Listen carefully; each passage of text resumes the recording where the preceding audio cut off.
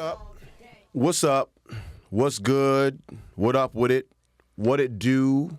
Wagwan, que tal, que paso, que ondas? However you say it from wherever you're from, thank you for being here. I'm one half of this podcasting team. This other lady right here, this other person, this other beautiful, beautiful human right here is who? I'm Liz. And this is Marriage for Grown Folks, a really, really cool and safe, interesting and fascinating place where we talk about some cool things. So thank you for being here with us. Come on in, wipe your shoes. All right, I don't know what you stepped in, but wipe your food. Wipe your shoes, have a seat. We'll take your coat. You know what I mean, and get you some tea, some coffee, maybe a beverage. Some tea with lemon. Some tea with lemon sounds good right now. Tea with lemon. What is your favorite tea? Probably green tea. Green tea, some regular green tea. Yeah, we'll get you some green tea. All right, for me, I like that orange pico. Orange pico with all the sugar. I was good at making that when I was younger too. That's what you told me. Yeah, me and my auntie Icy. Yeah, I miss 90. Yeah, that was my tea partner. Icy is 90. Yes. Okay. Yes. She's been gone for a couple years now, but I miss her. That was my girl. How you doing? I'm okay. It's late. Yeah. Yeah. You're there okay. already. Yeah, we've done a lot today. Right. Even for a Sunday, it's been pretty hectic. It was, yeah. Yeah. Right. We generally don't do this much on a Sunday. We do something early. Right, and then it kind of comes down. And then Yeah. It definitely felt like more of a Monday today. Yes. But, our kids have stuff. Right. And so we've got to do things with them. Right. We divided and conquered. Right. This afternoon. Nobody got hurt. Team Hodge. Nobody got hurt. Team Hodge. Everything gets done. We get to record, have some fun on the pod. Yes. Yeah, but you're feeling great. Yes. You look good. Thank you. I didn't smell you. I'm assuming you smell great. What you got on? Some Jimmy Choo on today. Ooh, somebody must love you. Somebody must really, really love you. I am loved. Okay. Yeah. I am loved. All right. So we got a lot to get to. So we should definitely not mess around. We got a lot to get to. Let's not waver. Okay, temp check. I don't know how this is gonna go today. Okay. So we'll just see. You've got a card in front of you. Okay. Sure. So for a temp check today, we're going to play a game called Finish the Phrase. Sure. Okay? Sure. So I am going to go through the list that you have in front of you, and I want you to say the first word that comes to mind for you. But not one of these words. Not that word. So you're going to say that word, but then you're going to fill in the blank. Okay. Okay? So the first word is happy, and so what would you say? Only one word, right? Only one word. Okay. Or you can, you finish the phrase however you want to finish the phrase, really. It's just. All right, let's run it off then. Okay, you ready? Yep. All right. So happy. Pharrell. Okay. Birthday was my thought. Okay. Okay, what else you got? Second is surprise. Sorpresa. I don't know why it pops up in my head Spanish. So isn't it sorpresa? Okay, yes. Okay, so I thought of surprise, as in surprise, right? As in like a TikTok sound or something that was trending some time ago. Okay. I'm not going to sing it. Okay. Big. B-I-G. Oh, gosh. Okay. B-I-G. How about you? I can't say the word that I thought. Get your mind out of the gutter. All right, next one. Okay. Sweet. T. 16. Really? Yeah, that's what I thought of. Okay. We got an invite the other day. So. Okay, that's what you, okay. Yeah. Got it. All right. Best. Day ever. Friends. Okay. Family. Fun. First. Got it. Dear. John. I thought John too. How about that? We're old. Dear John. Right. Did that come on before or after Murder, She Wrote? After, I thought. Yeah, it was getting a little later. It was getting a little later. I have the theme song in my head. Yeah, by the time you... 80s Kids. Yes, that's right. Okay. That's right. Okay, what else you got? First. Last. Lady. Really? Yes. Okay. Special. Delivery. Zun, zun, I was thinking the same thing. Lovely Day. Bones. It's a book. I seen the movie. Did you? Yeah. Oh. It's one of those books that I just didn't. Movies. I'm just like, why was this made? Right. Well, who made this? And this is okay? It was. Got it. Yeah. Got it. Like, this is how we're going to end it? We're going to land the plane like this. Yeah. Got it. It was. Got it. Anywho. Yeah. It was dark. Yeah, it was dark. Yeah. Definitely pretty dark. I wasn't feeling that. No. Yeah. All right. Done with that. Okay. I like that. It You was gotta okay. be be sharp with it. You gotta be Yeah. sharp. And I like that. I feel like it was like an exercise, kind of get you rolling. Percolate the brain. Yeah. There we go. Yeah. Yeah, I dig that. Good. I'm glad. dig that. Okay. A little different. What are you listening to right now? I think with everybody who was born at a certain time in life and experienced Michael Archer, aka D'Angelo, God rest his spirit, his soul. I think we're all listening to D'Angelo right now, and yeah, that's where I'm at. I'm a lot of D'Angelo right now. Brown Sugar and Voodoo for me. They hit at a certain time, a specific time, so I know where I was.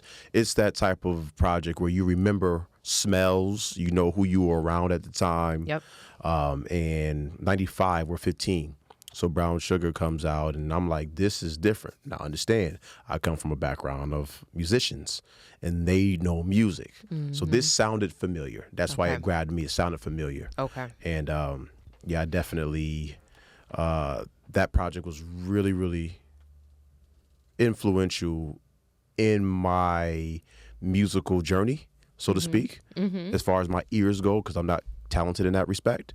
But I remember being 14, 15, and remember we were 90s babies, 80s babies. So 90s was our time of that's what we were listening to. We were, learning how to fall in love and, friendship and all of this stuff. And the music makes you, music is kind of what you remember. And I remember that being a cornerstone for what we were listening to at the time. And for me, because hip hop was at its height, I believe, you know what I mean? During that time, it was refreshing to have something that sounded familiar, AKA real music, real drums, real voices, and he was being respected for doing it because he was ushering that Soulquarian sound, that neo soul sound that was right around the corner, at the time, because all we had was like boy groups and stuff like that, or male groups, you know what I mean? Pop had the boy bands, but on the R&B side, it was kind of the R&B Like groups. Boyz II Men, Yeah, we had Blackstreet. Boom, keep going. Yeah. What were some other like Portrait, Profile, yeah, Shy, Mint Condition. Mint Condition. Oh yeah, Mint Okay. Condition. So to hear that, it really does feel like he was way ahead of the curve in that regard. So. Brown Sugar and then Voodoo. Now I'm a little older. I'm working in the barbershop, and if you came to the shop, as I posted on my social media, that was playing over and over and over and over. I think it was still CDs, right? Probably. Yep. So that CD just stayed on. And once it got done, I would go again, and that was definitely the turning point because he was a whole different animal by then. And of course, the video. And if you had a girlfriend at the time, you was pretty embarrassed because she didn't care about your feelings when that video came on, whoever you were dating. How Does It Feel came on. Nobody So that cared. was later, though. Yeah, that's Voodoo. Yes, I was going to say, That's Voodoo. Voodoo. Okay. So 95, and then you And then flash there was forward, a I think that jump. was Okay. 2000. That might be 99 or 2000. Yes. But yeah, when Voodoo I was came like, in. we were in college by then. He was full-fledged doing the thing. And once again, I would say the premier and quintessential voice for the neo soul movement. You know what I mean? Of course, you got the Soulquarians, which was a bunch of different. You got Bilal. You know what I mean? You got Questlove. You have Erykah Badu. That whole movement was pretty dope. But it felt like he was the ringleader, so to speak, of the time. But yeah, he will be missed. And when you told me, I was like, what? Yeah. Say that again? Yeah. Say what now? Nah. Yeah. So that's what I'm listening to. Same. Yeah. Same. Yeah. Same thing. I'd say I've always appreciated his music. Always liked the jazzy kind of feel, the bass, and then the content was just like relatable, whether I could connect to it. So anyway, yes, and then the video, of course. Right. Okay. All right, now let it go. Let it go. Your favorite D'Angelo song, ma'am? Not when he's like supporting an artist. You mean like his song? Yeah. Okay. Yeah. Okay. So I definitely love like breakups to makeup. Break up the makeup. Yeah. Yep, with Method Man. Yeah. And then oh gosh, the one that starts off with the guitar, because I never sing Spanish the song. Joint, or the one on you're talking about on Really Love. Yes, Really Love. Really Thank Love. you. Yeah. Yes, Yeah. that's probably my Black Messiah and the Vanguard. Yes, Yeah. the Vanguard. I was gonna say Yeah. the Vanguard album. Yeah. Yes. So Really Love is the song. Yeah. That is one of my favorites. But listening to that compilation that you had sent, I was Right. just like, I like that one. Right. I like that one I too. love that one. And I was supposed to go on my walk when you sent it. Yeah. So I was supposed to go on my walk, and I just turned it up. I was in the car, just parked in a car, just Yeah. bopping. Yeah. It feels like I think it hits us differently because once again we were a certain age Yes. at the height of his powers. Even though it grew, because the less music you put out, the greater your mystique. Right. You know what I mean? Right. If you're that type of talent. So, I would put him in that same world as like Prince. You know what I mean? When they show up, you know what I mean? They can open up shop, or better yet, there might not be any tickets. You hear about it and you get the invite. You just got to be there. You just show up. Like, he's there at this time. If you can't get there, you can't get there. Did we see him live? Nope.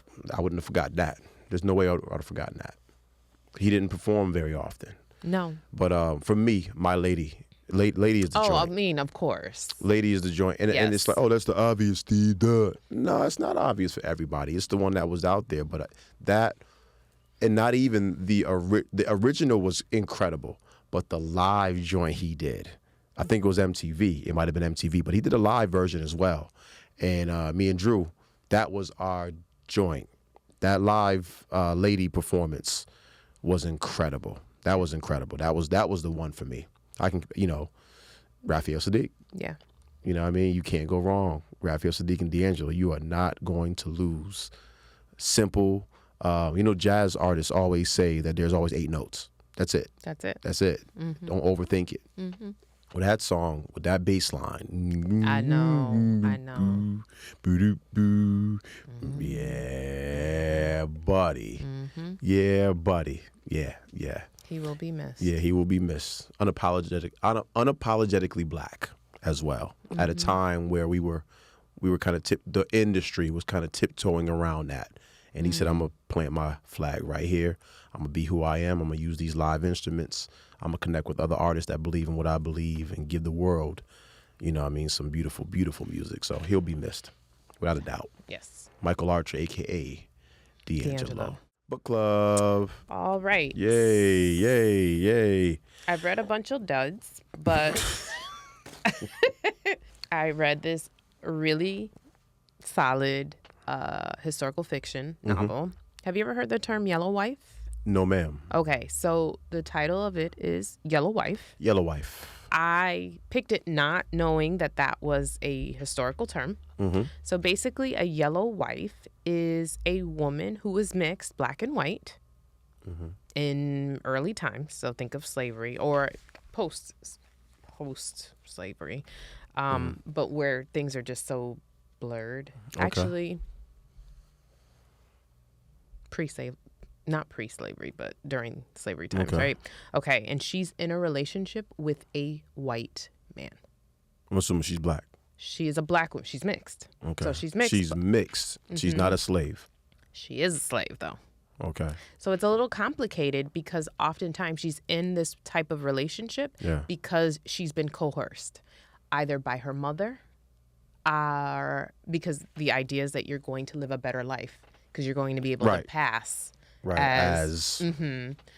But typically they're not choosing to be with this partner. They've been put in a position where they need to be in this partnership with that person, but they end up having children with them.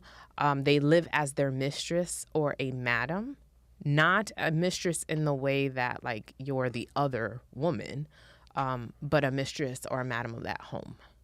Wow. Yes. So she is like head of that house, almost like a house slave, right? A light skin, typically a house slave, right? Okay. Because they're supposed to be better looking or whatever the case may be, right? But she's in that space as the woman or the wife of this man, but they never get married. It's called the yellow wife. You have questions? I have never been exposed to. I had I'm no trying to idea. think. I paused because I'm saying, like, have I heard of this and just not remembered?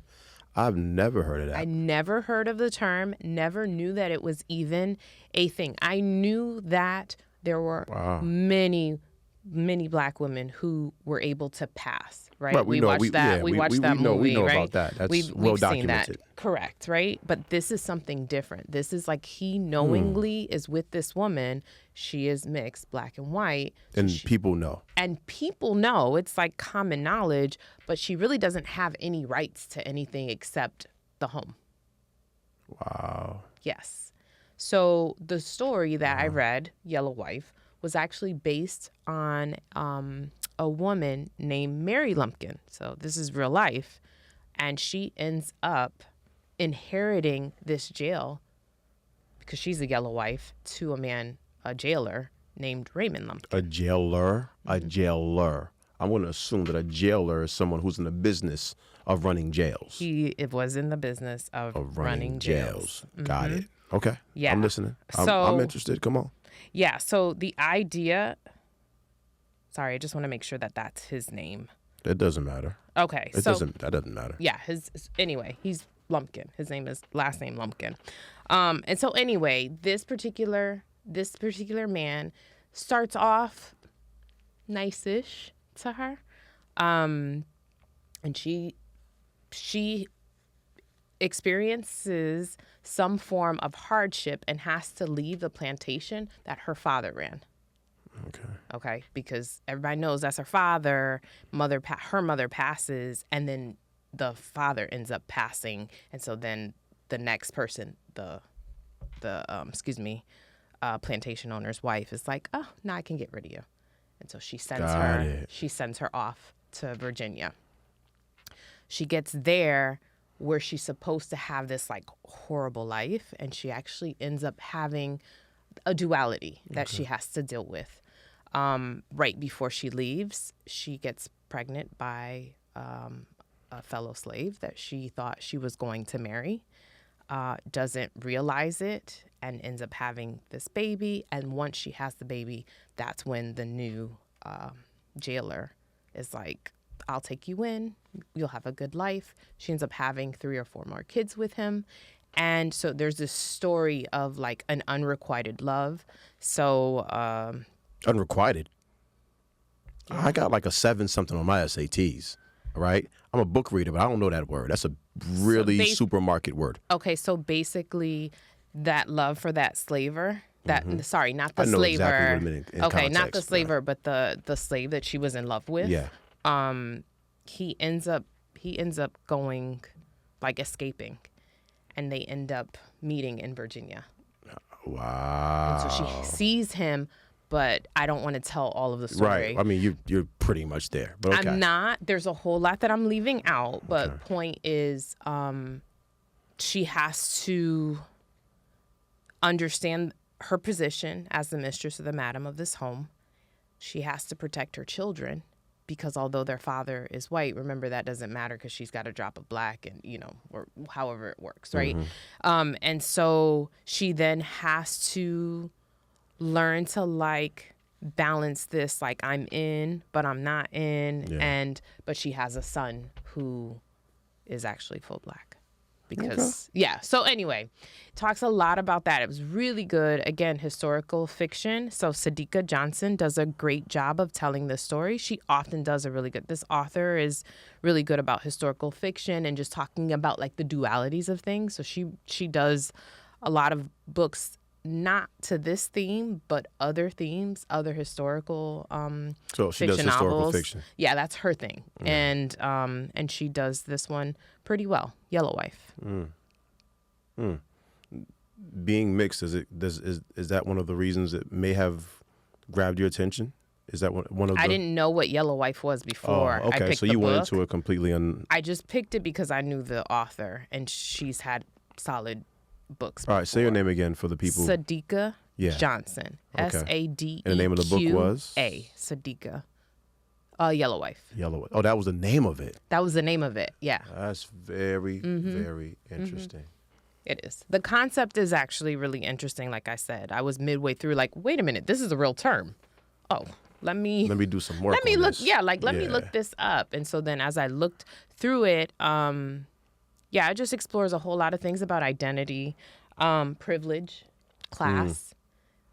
We talk a lot about. We have talked. You and I have had conversations about how a lot of times being in LA or living in California, there's more classism than there is like even racism. Though there's racism here. There's racism. We're not saying that there isn't, but there's more instances where it's like, well, what do you drive, or you know, what do you do? Then there is like, it's because you're, whatever. Yeah, very cool. That sounds like a very interesting book. That was wow. You like that? You said you enjoyed it. This one was good. Yes. Okay. Had a bunch of flops, but this one was pretty solid. Okay. Yeah. Okay. It left me wanting to understand that piece of history. Sucks for the next book.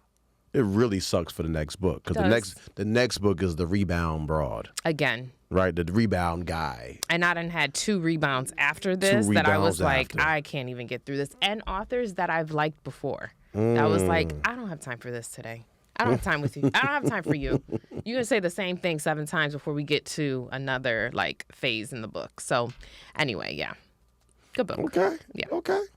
So long, and I feel so sorry for that next book. Poor guy. You never had a shot. No. You never had a shot. We just said hello to you and we were nice to you and you came by. But we all knew in the back of our minds, this guy's got about a month and a half tops.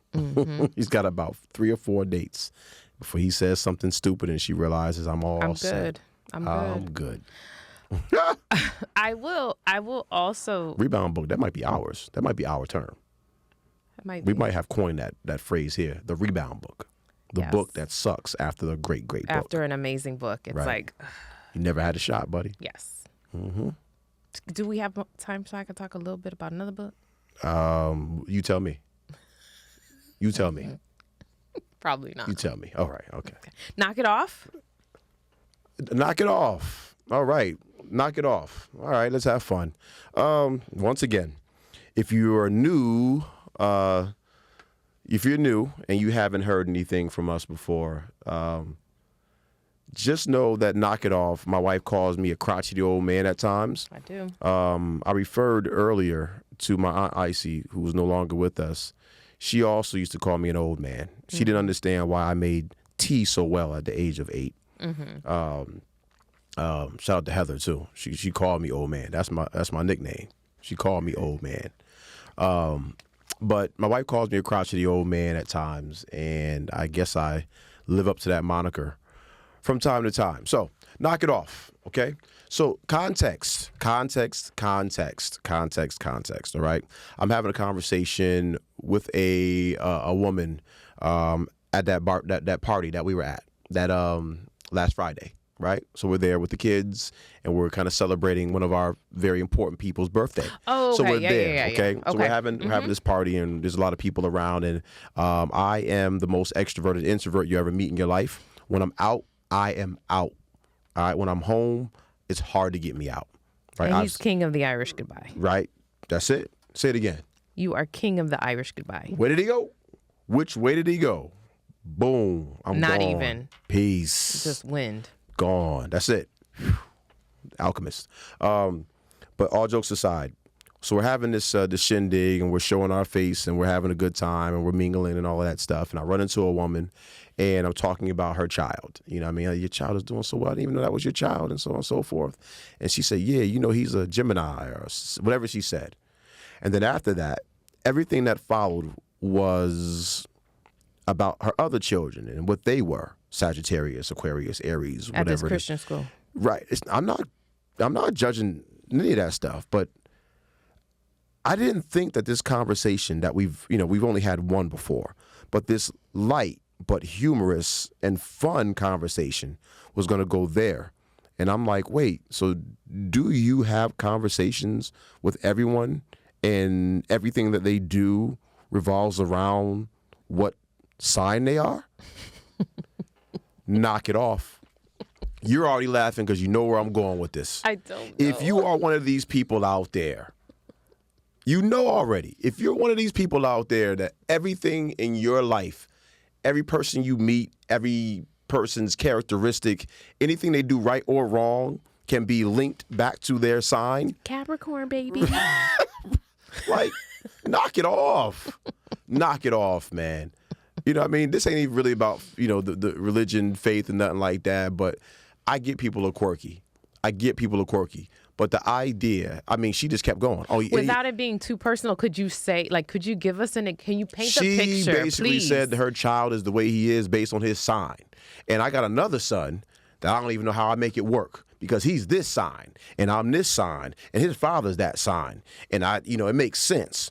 But they just going to be what they going to be. So everything has just been summed up to the sign. Now, I am not here to make fun of you crystal worshipers and frankincense and Mirth and Meyer and all these different things. Yo, do you, bro. Do what you got to do. Are you talking like Briggs-Myers tests? No, I was being silly. Frankincense. As in like incense and people who be, totally the crystals and, Got it. Okay. all the mist and all these different things that the universe gives you. Come on, man. No. Come on, man. No. Come on with this, y'all. Like, I want to be able to have a regular conversation with a regular human without talking about whether they're Gemini, Sagittarius. Now, admittedly so. I will tell you that because I've been around this earth long enough, I know that I'm, quote unquote, an Aries. I don't know the attributes and characteristics attached to it. But what I do know is that I don't know anybody else's. So if you say you're a Sag or you're Aquarius or Gemini, I have no idea.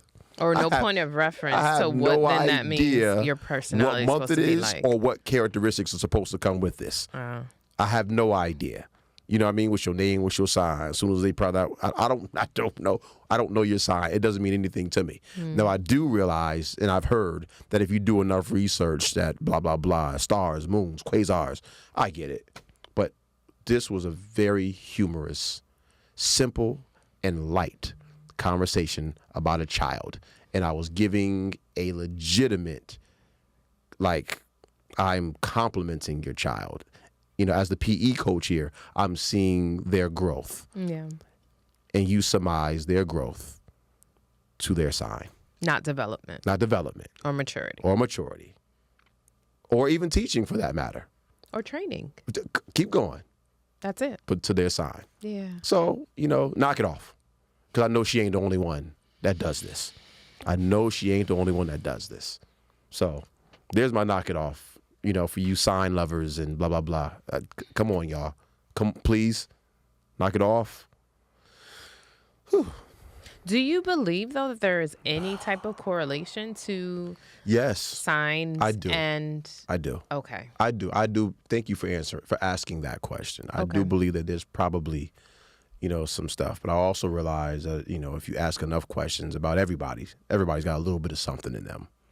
A little bit of some characteristic from Sagittarius, Aquarius. You're very Gemini. Maybe that's your moon rising? You playing? See, they gonna come for you. They're not gonna come for me. Because I'm saying directly what I feel about it. You making fun of them. So I'm not really making fun of it, and I'm not gonna say that I don't totally buy in, because I don't totally buy in, but I also don't see it as a total fluke. Okay, so I will tell you though, there was one time some years ago. I want to say this was maybe 6-7 years ago, right? Uh-huh. I was at the pool, and I met this person, and he was talking about signs. And I was like, oh, I don't know anything about that. I just know that I'm a Capricorn. It's kind of like how you're saying, right? And he's like, tell me what time you were born do you know the day? And I was like, no, I don't know what day I was born. But I bet if I like scrolled one of them thingies, it'll tell me I was born on a Wednesday or whatever, right? So he asked me to find out the time. So I texted my mom and she told me. Mm-hmm. So then he ended up telling me from the time. He goes on this website and then he tells me that I'm this rising. I'm a Libra rising, by the way. So, right. But he was like, now that makes a lot of sense. And I was in my head like, how? You don't even know me, you know? But he says that people that are Libras tend to be, so their sign is the balance. It's like a scale. Okay. Yeah. And so you're probably very judicious. And I was like, I don't really know what that is. But he started to tell me about that. And then he was like, okay, but tell me, do you know the time for this? And it was something else. And it was like my birth date and this. And so he was able to give me some more information. And he had an unofficial tarot reading. Sounds like. That's what just happened. But it wasn't tarot reading because he didn't give me anything about the future. Doesn't matter. See, that idea of psychic and tarot and these things, don't get it twisted. I do believe that we all have some type of characteristics based on blah, blah, blah. And I also believe that the universe is the governing body down here. Mm-hmm. But I also, in my world, my faith. What's your world? Okay. Yeah, I believe that God is the governing body. Correct. So the fact that you believe you're discovering these knickknacks and so on and so forth, it's not that you're discovering anything. It's that God has given the universe a governing body. So what people are doing now is because they unmask or they believe they're unmasking these things or they can connect the dots on this, that, and the third, that they have now made those things their God.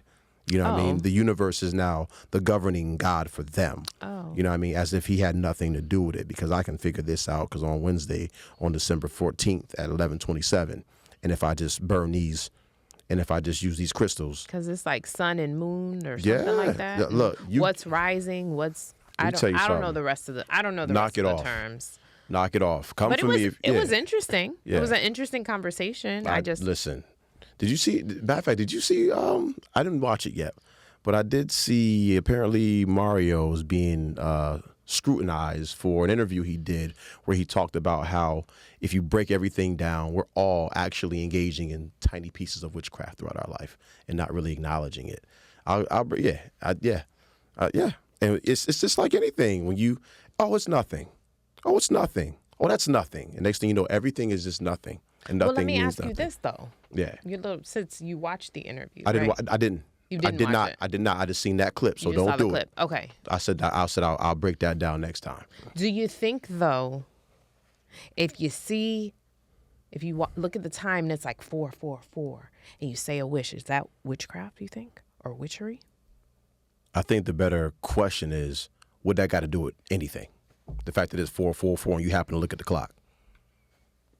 What are we doing here? It's all the same number. It's 2:22. It's 11:11. Yeah, right.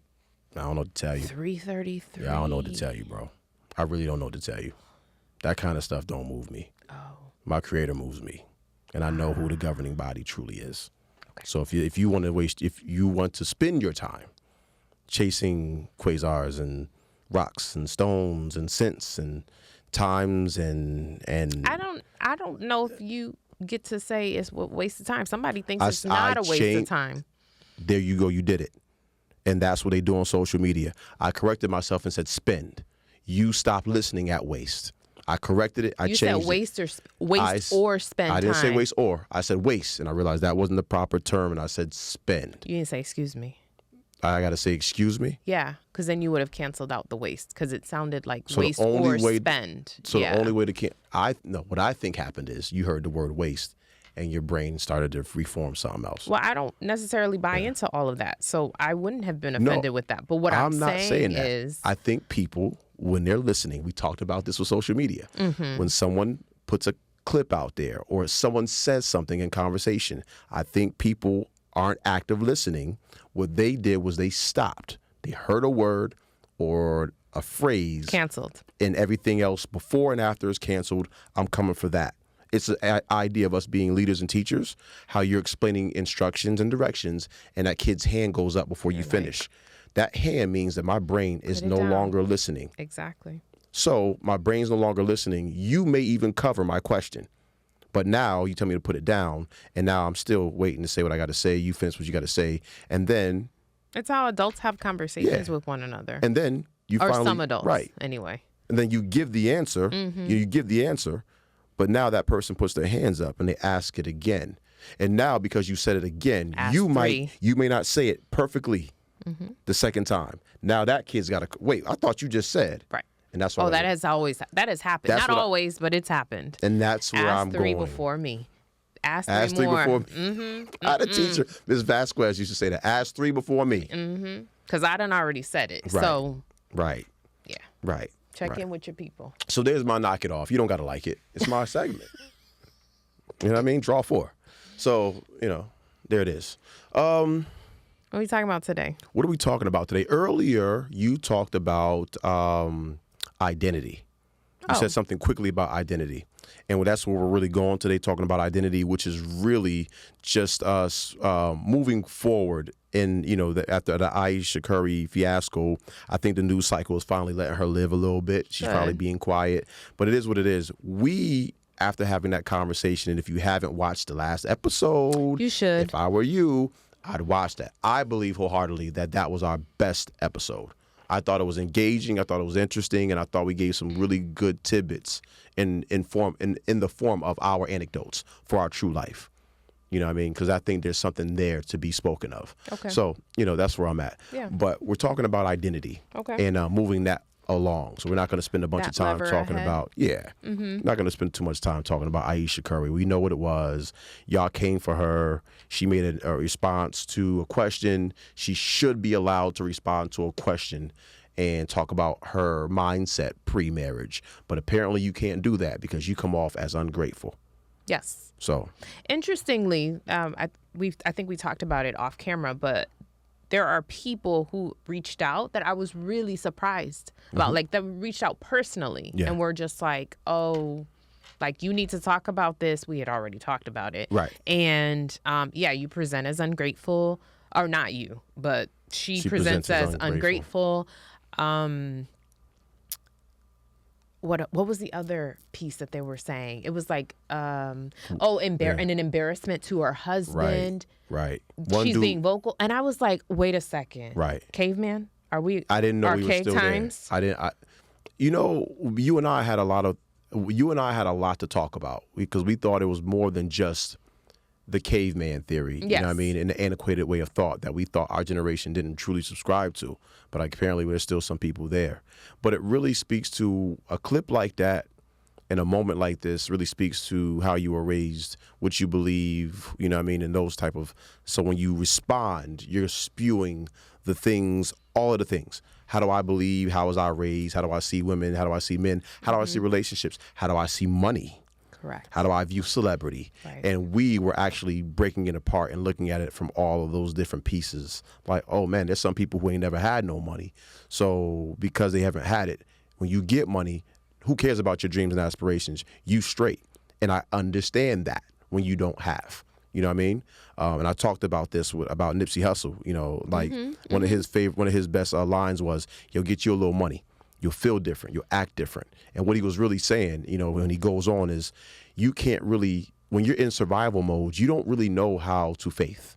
When you're in survival mode, you don't really know how to, you're not really thinking about your diet. When you're in survival mode, you're not really thinking about your morals, your values, your principles. Too tough, right? Because your ribs are touching. So, it's like I'm thinking about how I'm going to eat tonight, how my kids going to eat, how I'm getting to work tomorrow, right. How I'm going to pay these bills, you know what I'm saying? How I'm going to get out of this debt. So, get you a little money. Now you get to really, really think a little bit, kind of consider who you are, what you believe in, your morals, your values, your principles. How do you really feel about faith and stuff like that? So I think people are really using that as their guiding light when they look at something like this. And then we even went even further to talk about the idea of us finally having higher than middle class stories to tell as black people. Right. There are now, not a bunch of us, but I don't know the true numbers, but there are now people who are above middle class. There are black people who have some money and some wealth and some affluence, and they still have issues too.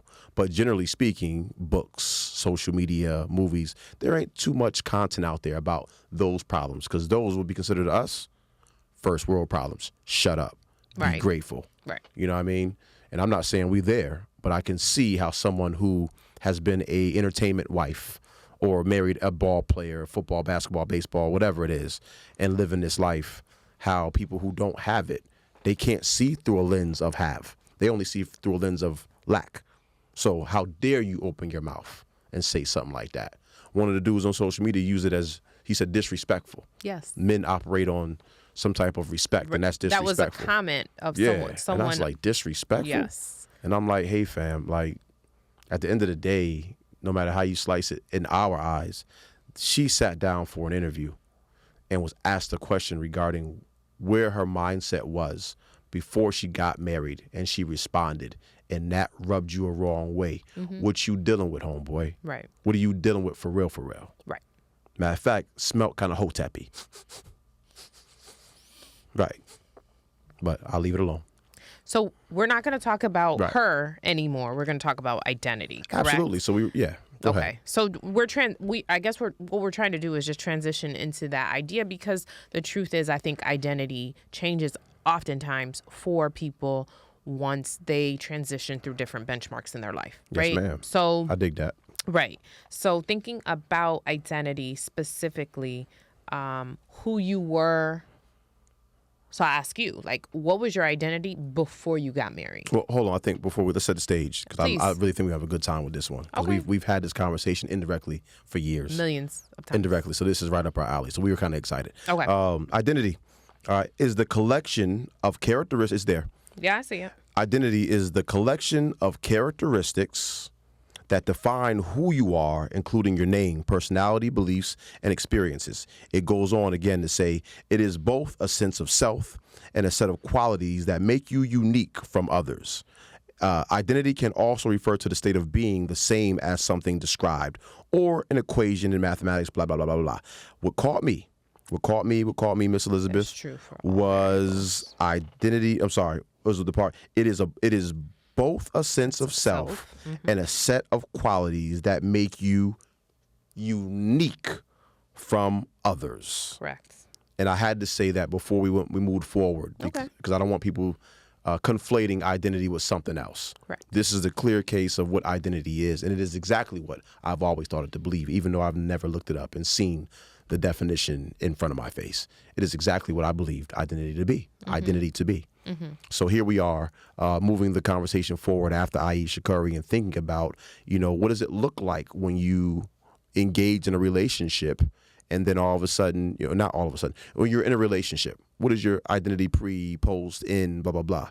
So bang, let's back it up. Now ask that question, ma'am. Okay, so thinking about who you were before you and I got married. Yes, ma'am. Okay, what would you say, like, in three words? Right. Identity. How you would was would a identify yourself? I was a hooper. Right.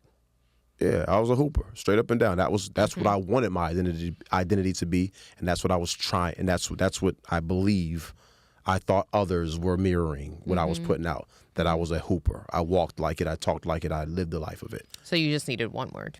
Hooper. Yes. You know what I'm saying? Okay. And so for me, I would probably say it was always tied to, like, culture. So I'm mixed. So that was part of my identity. I knew I was going to college, so that was part of my identity. It was a little more complicated, not as defined as yours, but and I also considered myself to be like a prim girl, someone who I love dresses, and I like, kind of girly. So that was part of my... Is that the soft girl era? Is that considered a soft girl now? I wouldn't call it soft girl, because I wasn't expecting anybody to take care of me. Oh, that's a part of soft girl definition now. Yes. I wasn't expecting... Oh, I didn't know that. I just got put on. Yeah. Like, no. Soft girl, no. Okay. I was that's why I think some of this bothered me so much, not to reference Aisha again, but just talking about what she was talking about. I was like, yeah, like, I wasn't expecting... I didn't expect to get married. I didn't expect to have anybody take care of me. I expected that I was just going to be great because I was going to go to college. I was going to be one of the first in the family to go off and graduate and do something great and be able to take care of myself. And a lot of the ways that we tell our child, like we want her to be self-sufficient. So that was very much tied to the identity. Mm-hmm. I don't say it switched after we got married. I still felt very much like these are things that I aspire. This is something that I aspire to do. Yeah. But I did notice that oftentimes the I turned into we for me in reference, right? In reference to the relationship? Once we got married, I often saw it like, well, let me see what we plan to do. Not, I'm going over there for Thanksgiving. What you about to do? It wasn't like that. Like we were married, you know? So you kind of change your phrasing from I to we, singular, to we. We're a couple now. Yeah. I think that's so interesting that you bring that up. I mean, for the listeners and the people who are viewing, this is not some, something that's very, it has got some depth to it, but this is really, really simple because it happens to all of us. Even people who aren't very, goal oriented, or people who aren't motivated, so to speak, like that. There's always something that we wanted to do or be, and in that pursuit along the way, it commands your attention, which forms your identity almost, right? Yes. So if everyone is doing that, I'm not everyone. I know some people just aren't motivated and they just kind of like flying by the seat of their pants. There are humans out there like that, and they have success, and some of them just don't. It is what it is. But for the most part, we all want it to be. That's why some of these toy makers made money off of doctor kits and certain type of dolls and basketballs and footballs. Like, yeah, it's for play, but I think you say it all the time. Like, that's when you're young, playing is the way to learn. Yes. That's how you learn. Your creative juices are flowing. Way. Say it again. The Montessori way. The Montessori way. You learn through play. So all of that active learning, that's teaching, you've got vacuums and you have shopping carts. You're teaching your children. And specifically, some of those toys are like geared towards women. I don't want to get gender feminist. Specific, right? Yeah. Like they're gender specific. And so a lot of times then that's how identity is formed. So our girls are learning like, oh, we're supposed to play with dolls and you're supposed to use the shopping cart and the vacuum. Oh, that's for you, and if you're more liberal, then you're teaching your boys that too. Right, but that's shaping identity. Yes, man. Through the play, you're learning. Yes. So here we are growing up in this world, and ever evolving gender specific things, toys. You got your faith behind you. You got what your parents is, how they're raising you, and which is coming from where they come from. You add school into the mix, friends, and socialize, and then you get all of these things. And once again, identity. Why is it out of the realm of possibility that someone at some point in a relationship that they love and that they're grateful to have, why is it out of the realm of possibility that people would be like, yo, I think I've lost sense of who I am, my identity? Why is that crazy to people? I don't know. Why is that crazy? I have no idea. Why is that hard? I almost want to say like, yo, even for some people, like if you're not married, stay out of married folks' business. Like, what do you know? How would you even know what it's like to have your own identity and then cross-pollinate your world with love? And now you've made a family and you do we all the time. But then there was like, yo, I had a glow. I had a light. I had a thing that was me. And now all I do is drop these kids off. You know what I mean? Now all I do is bring them to, is bring them to school, drop them off at soccer, and feed these kids. And oh my goodness, 10 years have gone by now. Who am I? You know what I mean? Like, what happened to, once again, referring back to our previous pod, what about me? Right. Who am I? Right. And next thing you know, that could become a big problem. You know what I mean? What you mean? You know what I mean? If it's a woman or a man, and what do you mean? Or what do you mean? You want to do this? You want to do that? Well, when I met you, I always wanted to be a DJ. Now I'm 48 years old. I'm going to be this DJ. I want to DJ. And then people are looking at you crazy because it's like, oh, midlife crisis. And it's like, no, actually, this is something I always wanted to be a doctor. What the heck? Anesthesiologist. check out last week's episode. Okay. Yeah. So that, it just, when we think about identity, and we do need to talk about this, but there is a difference with women. I think more women duel with the idea of having to find their sense of identity again than men.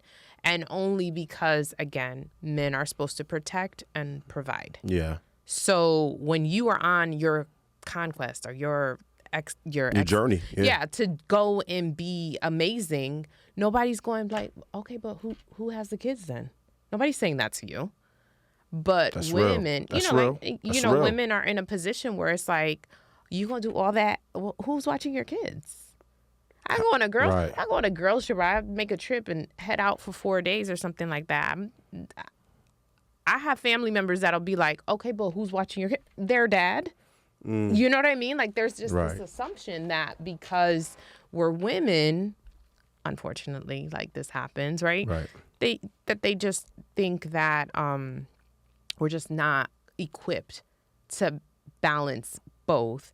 And really, I don't think we're equipped to balance both. I don't think we're equipped to do that. And I think, but we are the ones that have to often make shifts. Absolutely. And manage schedules and make those things happen. I said this when we were talking the other day, when we hadn't even thought about this episode yet, but it kind of led into that. Right. But we had this conversation when we were throwing things back and forth, serving volley about that is the truth. It's always been believed or, understood, unfortunately, that if a man, as you said, is going to go do his thing, he has to go do his thing. Based on his identity per society. Yes. And then a woman per society, if you have more on your plate than just the children and your job, how dare you? You know what I mean? Like, how dare you put something else in front of that? How dare you decide you want to go back to school to go do blah, blah, blah? Or how dare you decide that you're going on the road to sing and finish what you started before you had this baby? This is us. That was a great, right. Yeah. But it's interesting. Like you guys aren't allowed that in the eyes of certain sectors of society. So sometimes I spend time on the Facebook, and did you say on the Facebook? I like how you did that. Thank you. Yeah. So sometimes I do spend some time on the Facebook, and when I do, I will often see these reels that I'm like, ugh, what is this? It's just foolishness, right? I think it's like the tomfoolery, the B-roll reels, not the TikTok ones get the good, like screen time or whatever. But these Facebook ones, they're a little funny. Well, there was one on there that I saw a couple of days ago, and it was like this neuroscientist, or she was some form of doctor, but it was like neurology. And she had studied and done all of these things. And then she points out that she's had 5 children during her time of study. And so, you know me, I like to dig into the comments. So I go and I dig into the comments, and there's like, oh my gosh, me too. What did you do? Because our programs didn't have like maternity leave. And she was like, the first 2 I had to plan around, and after I had done it twice, then I just realized like, I'm just gonna have my kids and they'll have to make an accommodation for me. And I'm like, this is 2025, and her kids were like teenagers, so it wasn't as if it was this long ago. But the idea that she had to like just kind of do it, I'm just gonna like steamroll my way through this process and they'll make accommodations for me because I'm that good of a student. I mean, big kudos to her, but also big kudos to her, but also like, excuse me, would y'all even be asking her? Because there were other comments, and some of the other comments were just like, why didn't you put your children first? Of course, you knew that train's never late. And I don't even know if she was married. I don't even know. Like, I have no idea. It was a Black woman. I'm not. But that wasn't the purpose of it. The purpose was like, I had 5 children while I was studying. Right. That didn't matter. And I made it, and I am this now. I told you it speaks volumes about having conversation in any form, having dialogue with other humans in any form. We as humans sometimes do a piss poor job of active listening. We're trying to get our stuff off. And when I mean get our stuff off, that means I want to tell you the information that I know on said topic. I want to give you my anecdote. Or I want to tell you why I don't agree, even though I stopped listening to your entire soliloquy and I hung my hat on that one thing. I got to get this off. Right. And next thing you know, you've got 2 or 3 or 4 or 5 people engaged in conversation, and it's no longer conversation. It's just verbal spit. Everybody spitting their stuff. What I know about this. Let me tell you about this documentary. Regurgitating some other reel that they watched.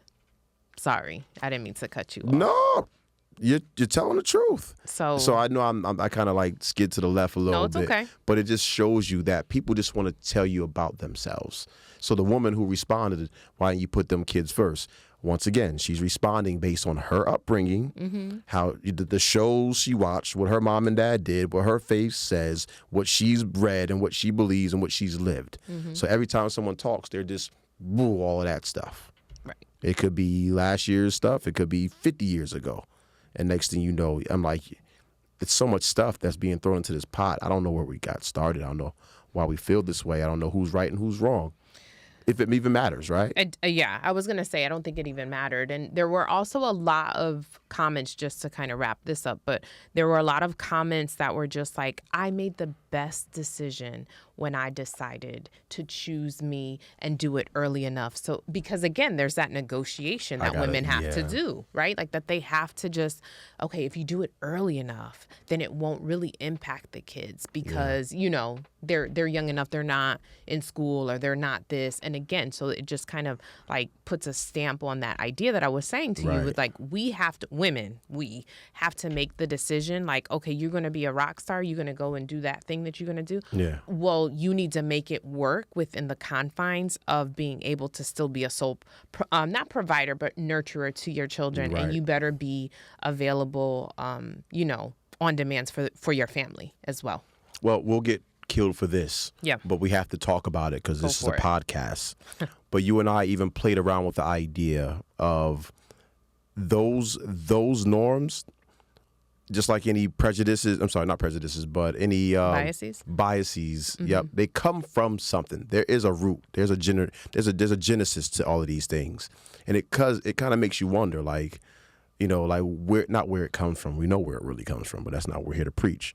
But it's like it shows you maybe how things were constructed, and then how we got way out of whack as time goes on. Not right or wrong whack, but things that were here. Okay. And, you know, like a mom, like when a child's not being nurtured, the natural instinct is, where's that child's mom? Mother. When a kid has no discipline, what do they say? Where's your mother? No. Where's your father? It's a boy. Yep. If it's a boy, he has no dad. He ain't right. Poor Where'd baby. that come from? That ain't what we're talking about, but where did that come from? But it does, because that's part of the identity that, you know, that is established. There are certain things that you do in our home that are tied to your identity as dad. Period. And then same thing for me. Like our kids could be hungry. Yep. You can be there. Yep. They're not gonna ask you about dinner. Backflip over my body. And where's mom at? Well, they also know I can't cook. Yeah, I mean, they do know that, but they also know there's a refrigerator full of snacks. So you don't need to ask me for anything. You need to just get you a fruit or some yogurt or something. Where's mom at?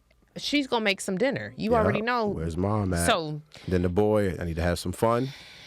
He's going to go out, Dad, yeah, he come running in there. David Buster's? Yep, Dad, can I punch you? Can I punch on you? Yeah. Can I kick on you? Yeah. Can I hit you without you hitting me back?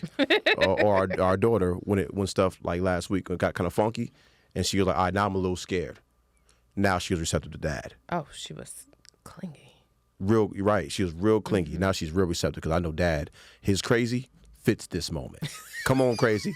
Come on here. Bring it, crazy. Bring it on. Bring the crazy, Dad. Yes, definitely. So it's interesting how that works. I think we don't have all the time in the world. I think we should connect the dots a little bit. Let's do that. We did talk very, very loosely about our identity, what we thought our identity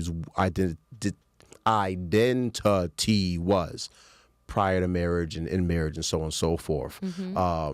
I want to talk to maybe a story or an anecdote to help people with our situation. We've been married for almost 20 years now. We have had some conversations regarding identity, both of us. You know what I mean? Mine a little earlier than yours, but both of us. Okay.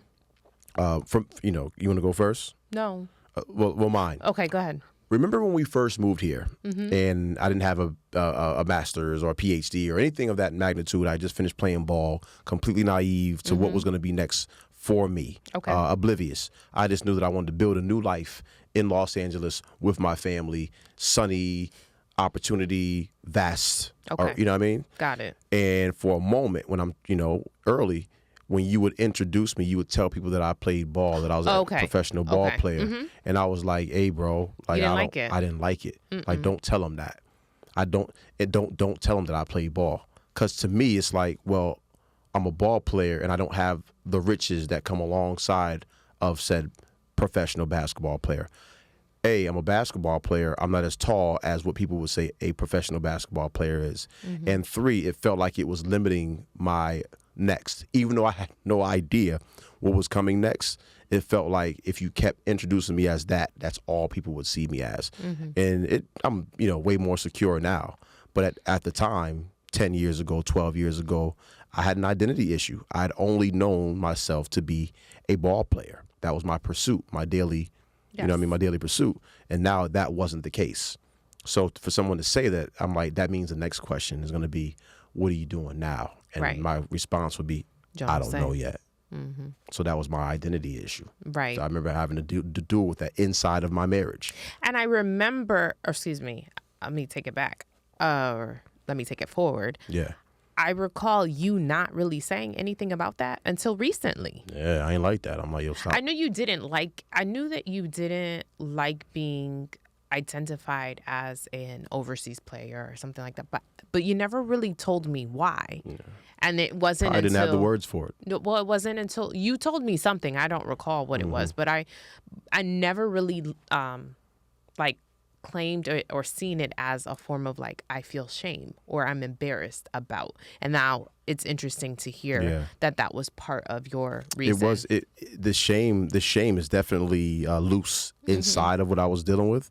But I really, truly, I knew that moving forward that wasn't, I didn't believe that had any negotiation power. I didn't believe that had any value for what I was going to be doing next. Okay. Only to find out that my professional basketball overseas career was actually fascinating to people.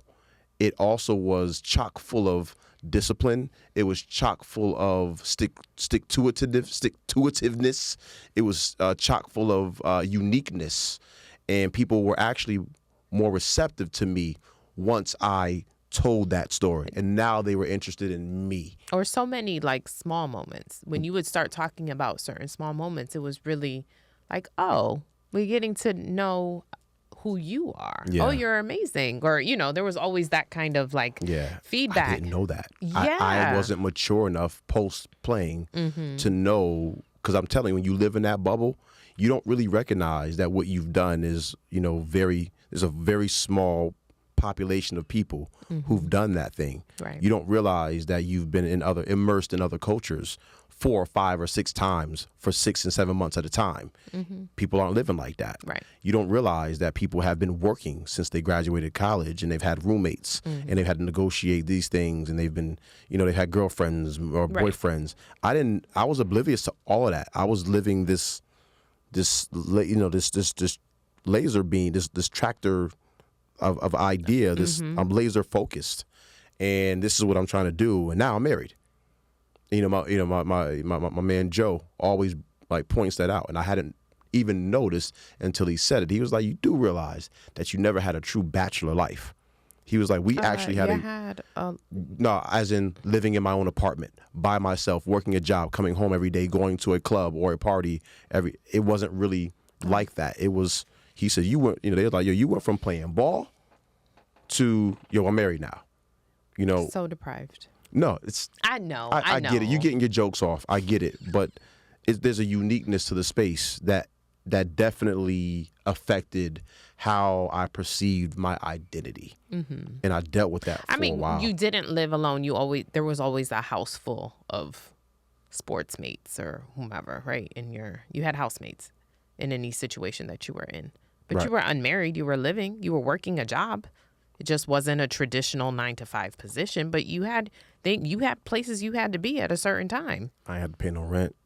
No, you didn't. And that's a, you know what I mean? So there's a Okay. difference. So when Okay. I come home, I don't want a beer because I'm so tired, and I hope that you got your side of the rent. I didn't deal with that. No, you didn't. I didn't you didn't have, have to deal with that. I didn't have You can count that as a blessing. Though. no, you're missing the point. Okay. And what I'm saying is that that was attached to my identity. So there's a Okay. lot of things that were unique to the space that I lived that made living in a marriage different, that made moving forward as a human, not pursuing that goal.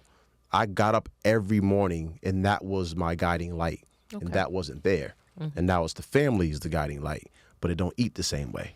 You know what I mean? You don't gotta, your daughter's gonna love you regardless of whether you go 2 for 15 or Or You know not. what I mean? So yeah, there's that. I would say similarly when we moved here to California, that idea or the identity that I had as an educator felt like diminished completely. I didn't have Well, they my did you dirty. credential. They did you dirty. I don't know if they did me dirty. I don't think I came here prepared enough. But hindsight teaches me to take accountability. You came over here, I should have done my legwork and known what I needed to do to secure certain things so I didn't have to go through such a long transition. But I can say that now, and so in some ways, identity was, I think, in a lot of ways, I was always known as someone who was well put together and well educated and all of these things, and I was doing an entry-level position. And so that really chopped down what my identity was and then the value. And then fast forward again 5 years ago going, I don't want to do this anymore, but I don't know what's next. So I'm just Talk about that. transitioning. Talk about yeah, that. I'm Talk gonna about that, I'm gonna please. talk a little bit about that because again, that was another time that this conversation that we had in the last episode really resonated for me because I was coasting for a really long time and then eventually was just like, okay, but what am I doing? Right. Why am I here? And I love my family and I want to be here and I want to Ungrateful. be correct. Disrespectful. So disrespectful because my husband made it so easy for me to just stay home and do all of these things. But I'm like, okay, but what am I doing?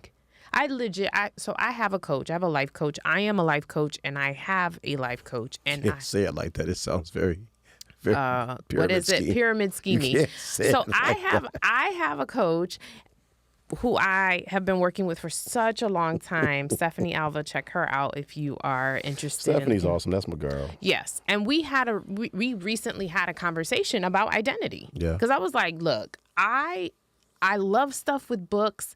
There's so much that I want to do.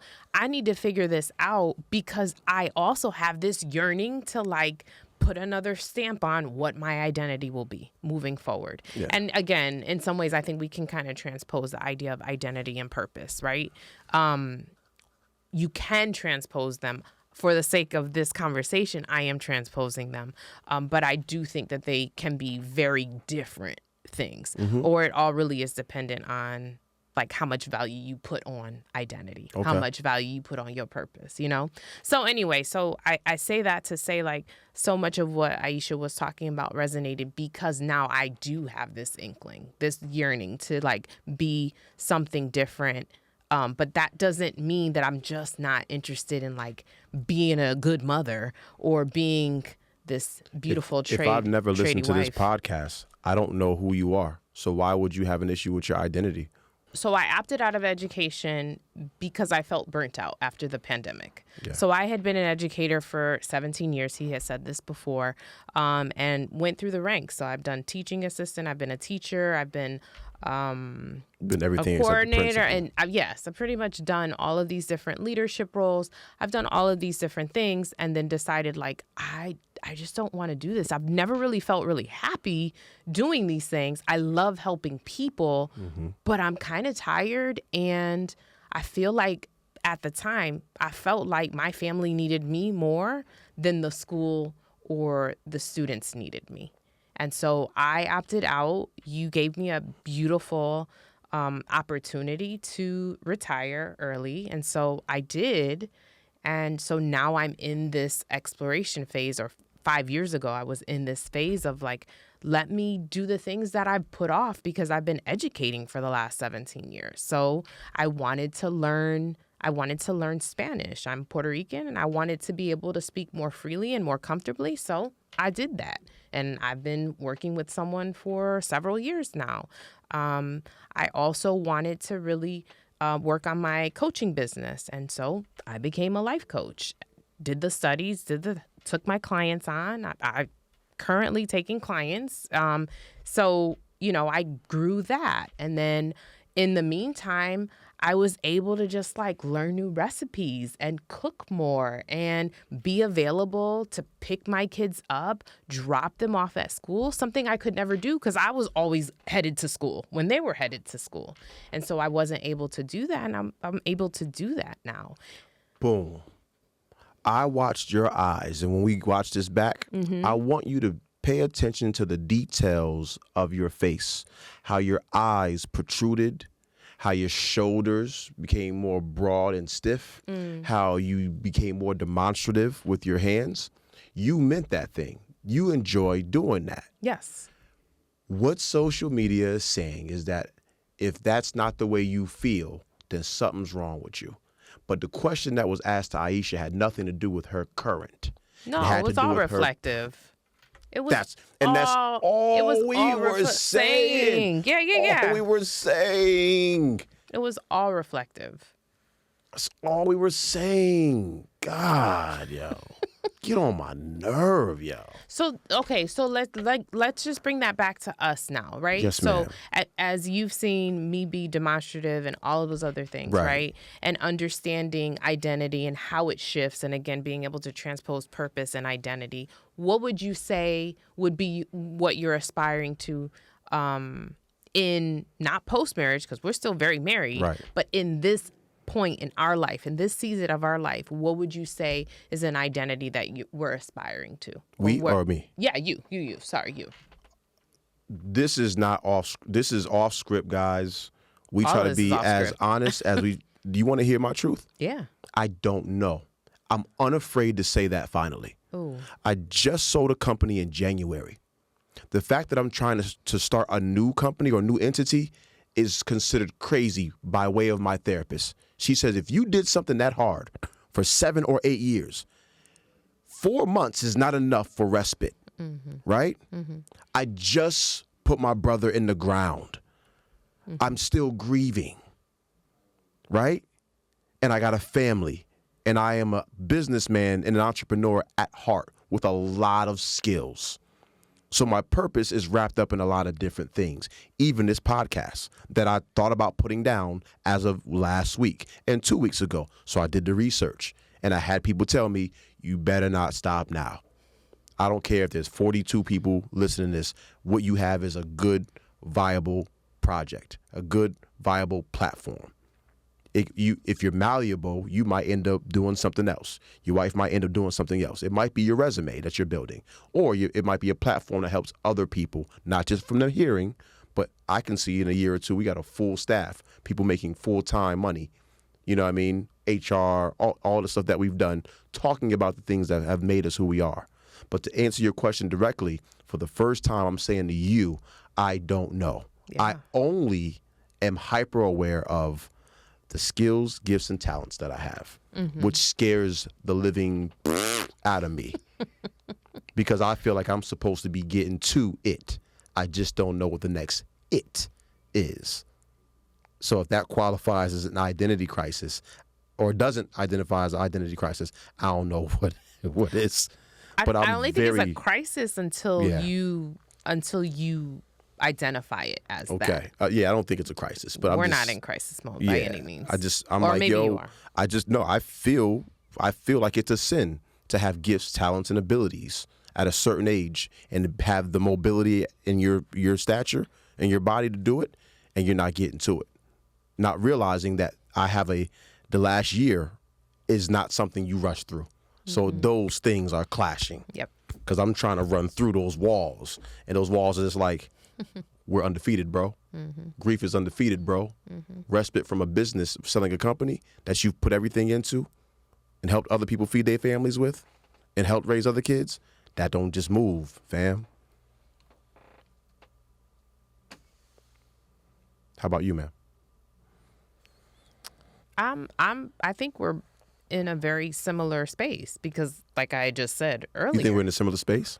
Did you say that? Yes. Epiphany.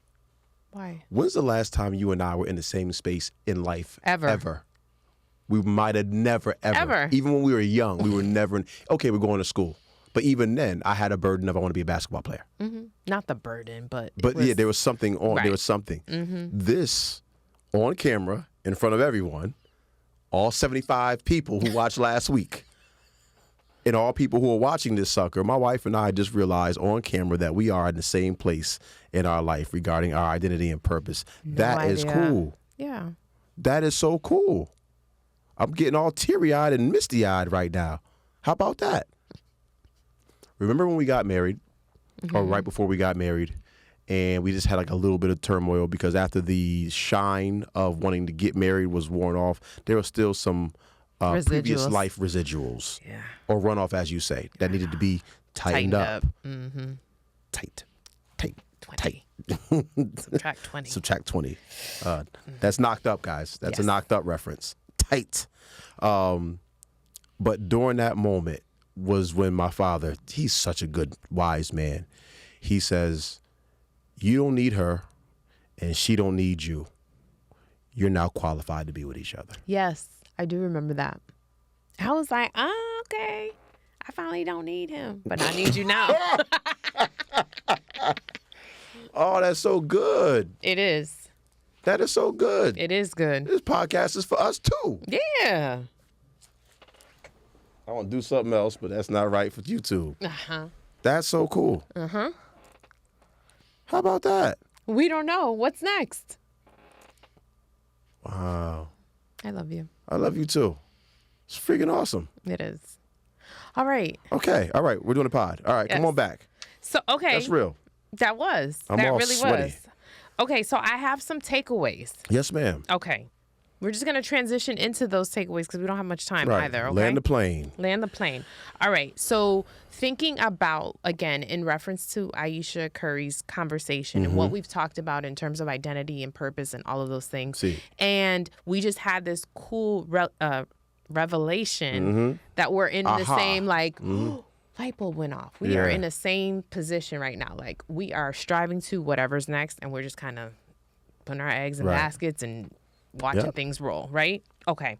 So if you're in a relationship with someone, you are married, and your person, typically the woman, is like, what am I supposed to be doing? I don't want to just be this. I want to study whatever. I have some takeaways then about ways that we can communicate with one another. Okay. Yeah. So edutainment is our thing. Okay. So I'm just pulling them up, right? Okay. So the idea then and being able to be compatible and to really hear one another is to support each other's individuality. Okay. Because a lot of times folks think because we're in a partnership, that means, we have to do everything together. No, We ma'am. headed down to the Ross. No, we headed ma'am. down to the Ralphs. We're headed That down is, that to... is not us. That's not us. That's not not us. us. And beautiful to the people that feel that that's what works for them, I right? roll dolo state. Ha ha. But I think there's also some real beauty in you being an individual. And so you coach, you do certain things. We love to be there to support you. We can't always be there to support you, but that doesn't mean then that you don't get to do your thing, right? So we support each other. And we have communication in regards to that. All right, sorry, it keeps like clearing. All right, so we embrace change because the truth is we change. As seasons change and as situations come about, we change. And so we have to be able to be okay and comfortable enough to say to our partners, like, okay, so you know how I was a teacher? You saw me crying. Oh, no. I You seen saw me laid out on that floor. You went through pain. I'm so tired of lesson plans and this and that. Don't make me go back. Remember? Yep. Yeah. So being okay with like me saying, I want to be an anesthesiologist. I don't want to be one, but I mean, they make a lot of money, but whatever. Don't sleep on anesthesiologists. No, not by no means. Oh, sleep on. Come on, sleep. I'm gonna study. I'm gonna be an anesthesiologist. Okay, where did it go? Stop it. Okay, sorry. Know your core values. So you know how you said like I had the burden or that you knew that you were going to be a hooper when I met you. Straight up. Even now, you know that basketball is going to be the center of what you do.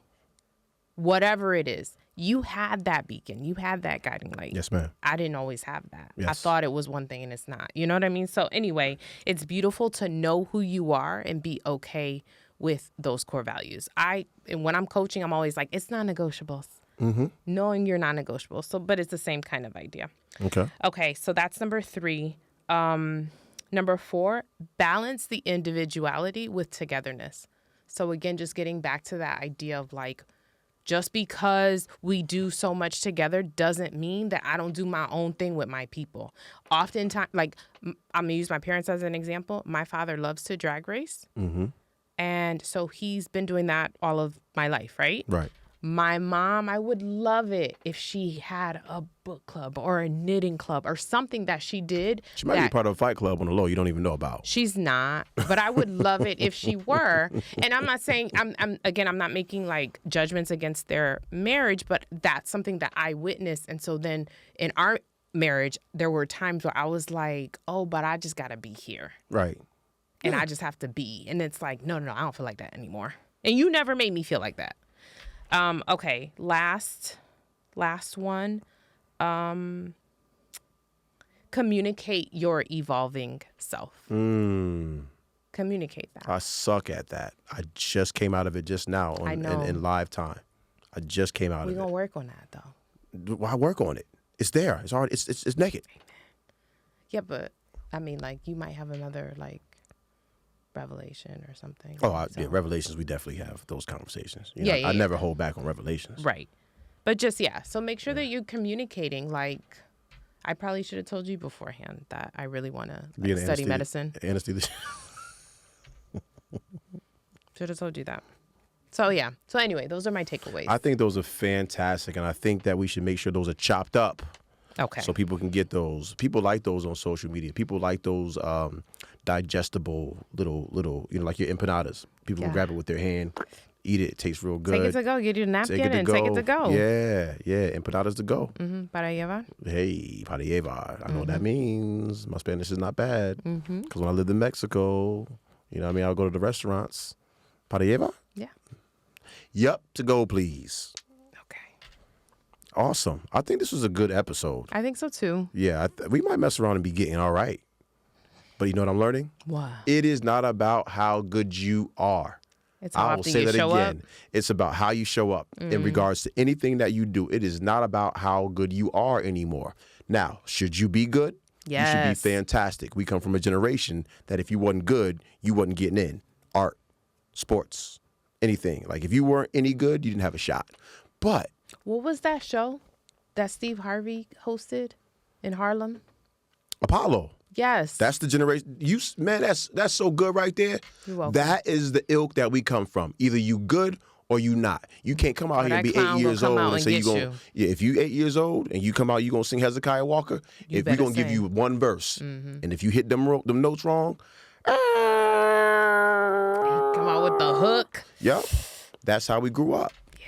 That is for sure how I lost my train of thought. Sorry. It's okay. Sorry about that. Yeah, it happens. It happens. No, but I think wholeheartedly, this is really, really good. We're married, and I think you should have a right to have an identity within your identity. You know what I mean? I think that's a beautiful thing, and I think if you work hard enough and you communicate very well, like you said, you can get both. Yes. All right, and just add that little topping of hard work and just let that thing happen. Yes. This is really, I'm talking about the podcast. It's not about how good, I'm hearing, there's terrible podcasts out there. They're saying crazy things and they're talking about crazy stuff, and people are tuning in and they're getting paid to say stupid, low vibrating things to people who love it. Gimme, gimme, gimme, gimme, gimme, gimme, Yum, gimme, yum, gimme, yum, yum, gimme. Yum, yum, yum. Eat it up.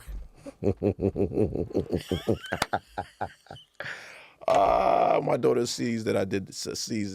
Anyway.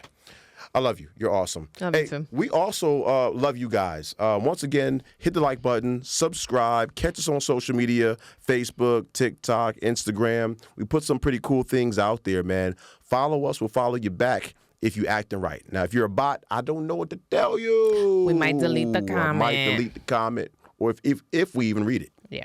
All right? But we appreciate you guys. Once again, thank you for stopping by. Your shoes are at the door. We'll get your coat for you. And don't worry about washing the tea or the coffee cup. We'll take care of that. We got it. Get home safe. Text us when you get in. All right? All right. Talk to you guys. Let us know you got home safe. Yeah, let us know you got home safe.